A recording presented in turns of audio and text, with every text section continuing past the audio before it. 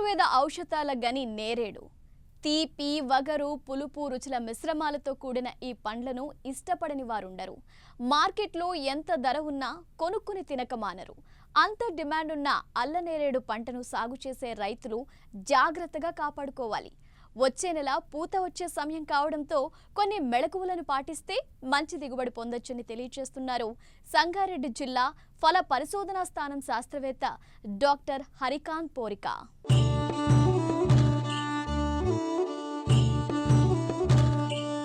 చాలా వేగంగా పెరిగే పండ్ల వృక్షం ఏదైనా ఉందా అంటే అది నేరేడు వృక్షమే. దాదాపు 20 అడుగుల ఎత్తు పెరుగుతుంది. 100 ఏళ్లకు పైగా ఫల సంపదను అందించగల వృక్షమిది. గట్టిగా ఉండే ఈ చెట్టు కాండం కలప అవసరాలను కూడా తీరుస్తుంది. మన దేశంలో అన్ని వాతావరణ స్థితిగతుల్లో నేరేడు సాగుకు అనుకూలత ఉంది. దేశీయ ఎగుమతుల వ్యాపార రూపంలో ఈ పండ్ల రైతులకు మంచి లాభసాటితో కూడిన పంట. ప్రస్తుతం కొంతమంది రైతులు వాణిజ్య సరళిలో ఎకరానికి 100 మొక్కల చొప్పున నాటుతున్నారు. చెట్టు ఎత్తు 15 అడుగులకు మించి పెరగకుండా ఏటా కొమ్మల కత్తిరింపు ద్వారా నియంత్రిస్తున్నారు. నాటిన 3వ సంవత్సరం నుండి ఫలసాయం ప్రారంభమవుతుంది.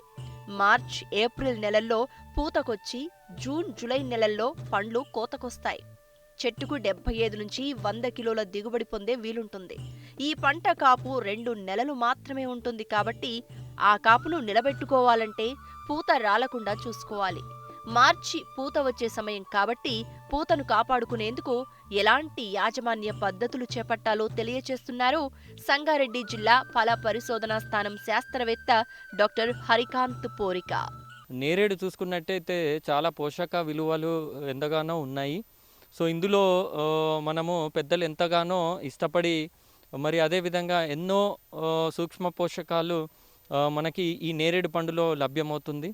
సో ఈ సూక్ష్మ పోషకాలు అదేవిధంగా మనకి చాలా వరకు మనకి రోగ నిరోధక శక్తి, అదేవిధంగా మనకి ఎంతగానో మనకి మందుల తయారీలో ఎంతగానో ఉపయోగపడుతుంది మన ఈ నేరేడు పండు.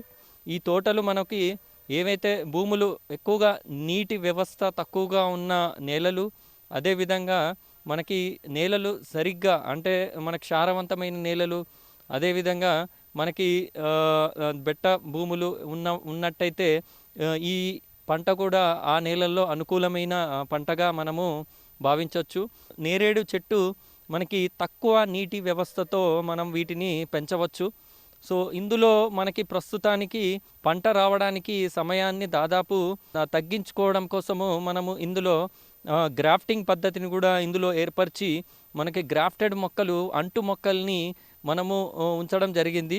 ఈ అంటు మొక్కల వల్ల మనకి ఈ మన పంట లభ్యమయ్యే సమయాన్ని తగ్గించి మనకి 5 నుండి సంవత్సరాల వరకు మనకు పంట వచ్చే అవకాశాలు ఉన్నాయి.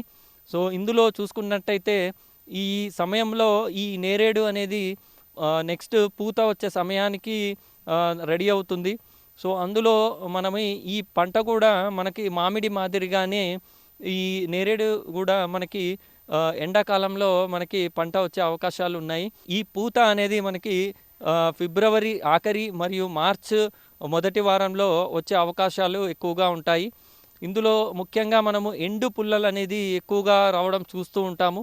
ఈ ప్రతి సంవత్సరము తమ క్షేత్రస్థాయిలో తమ తోటల్లో ఈ ఎండు పుల్లను నివారించినట్టయితే, ఎప్పటికప్పుడు ఈ ఎండు పుల్లలు గమనించి తీసేసినట్టయితే మనకి శీలీంధ్రం నుంచి మనము అధిగమించవచ్చు. అదేవిధంగా మన పంట తోటల్లో చెత్తా చెదారం అనేది లేకుండా నీట్గా అంటే మన తోటని కలుపు మొక్కలు లేకుండా ఉంచుకున్నట్టయితే తక్కువ సస్యరక్షణతో ఈ పంటని మనము తీసుకోవచ్చు. పూత వచ్చే దశలో అంటే మనము ఫిబ్రవరి ఆఖరిలో లేదంటే మార్చి మొదటి వారం నుంచి మనము నీటిని ఏర్పరచుకున్నట్టయితే ఈ పూత రాలకుండా మనము నివారించవచ్చు. అదేవిధంగా పూత మనకి రాలుతున్నట్టుగా మనము భావించినట్టయితే మనకి ప్లానోఫిక్స్ లభ్యమవుతుంది. ఈ ప్లానోఫిక్స్ని మనము ఒక 3 గ్రాములు ఒక 15 లీటర్ నీటికి కలుపుకొని ఒకసారి పిచికారీ చేసినట్టయితే మనకి పూత రాలకుండా, అదేవిధంగా పిందె ఎక్కువగా పెద్దగా ఏర్పడి పిందె పరిమాణాన్ని పెంచి మరియు పిందె యొక్క మన నాణ్యతని పెంచడానికి కూడా ఇది దోహదపడుతుంది. అదేవిధంగా మనము ఇందులో మనము సూక్ష్మ పోషకాలు ఒకసారి మనం పిచికారీ చేసినట్టయితే అది కూడా మనము అధిగమించి మంచి నాణ్యతమైన పండుని మనము తీసుకోవచ్చు.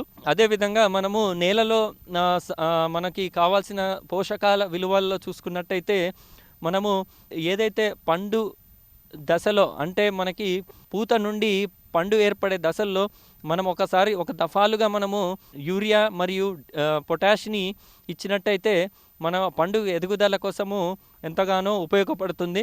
అదేవిధంగా నీటి వ్యవస్థ ఏదైతే డ్రిప్ పద్ధతుల్లో ఇస్తున్నామో ఆ డ్రిప్ పద్ధతుల్లో ఇచ్చిన వాళ్ళు కూడా మనము నీటిలో కరిగే పోషకాలని మన ఫర్టిగేషన్ ద్వారా ఇచ్చినట్టయితే ఈ పంట అనేది మనకి ఎంతగానో కాయ సైజు పెరిగి మరియు ఎక్కువగా మనకి పూత ఎక్కువగా వచ్చే అవకాశాలు కూడా అధికంగా ఉంటుంది.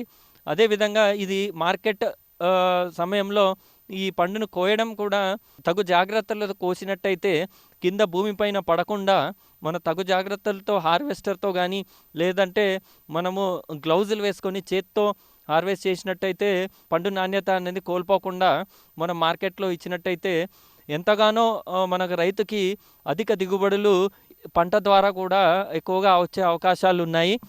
ఏవైతే తోటల్లో పోషకాలు ఇవ్వని తోటల్లో మన నేరేడు ఆకులు అనేది రాలడం సహజంగా చూస్తూ ఉంటాము.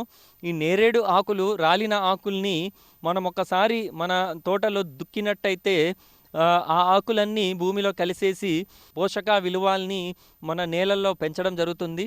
వాటి ద్వారానే మనకి ఈ పోషకాలు మన చెట్టుకి ఎక్కువగా అందే అవకాశాలు ఉన్నాయి. కాబట్టి ఇవన్నీ రైతులు దృష్టిలో పెట్టుకొని పంటని కూడా మనము వేసుకోవడానికి ఎక్కువగా మొగ్గు చూపుతారని చెప్పేసి ఆశిస్తున్నాం. ఒక్కో నేరేడు చెట్టు నుంచి 80 నుండి 100 కిలోల దిగుబడి పొందవచ్చు. ఇటు పండ్లకు మార్కెట్లో కూడా మంచి డిమాండ్ ఉంది. కాబట్టి రైతులు సరైన యాజమాన్య పద్ధతులను ఆచరిస్తే అధిక దిగుబడులను పొంది ఆర్థికంగా నిలదొక్కునే అవకాశం ఉంది.